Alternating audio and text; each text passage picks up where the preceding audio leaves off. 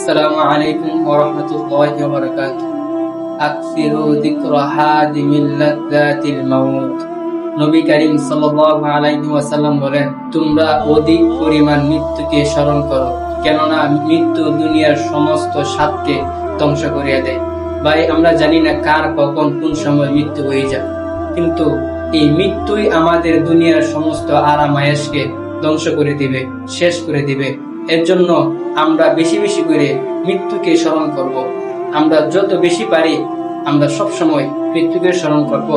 আমরা মনে করব আজকের দিনটাই আমার জীবনের শেষ দিন, আজকের ঘুমটাই আমার জীবনের শেষ ঘুম, আজকের রাতটাই আমার জীবনের শেষ রাত। আমরা যদি এইরকম ভাবে আমাদের প্রত্যেকটা সময়কে শেষ সময় মনে করি, আমি আশা করি আমাদের জীবনটা ইনশাল্লাহ পরিবর্তন হয়ে যাবে। আমরা যাতে ঈমানের সাথে আমলের সাথে এই দুনিয়া থেকে বিদায় নিতে পারি। আল্লাহ আমাদের সকলকে সেই তৌফিক দান করুক।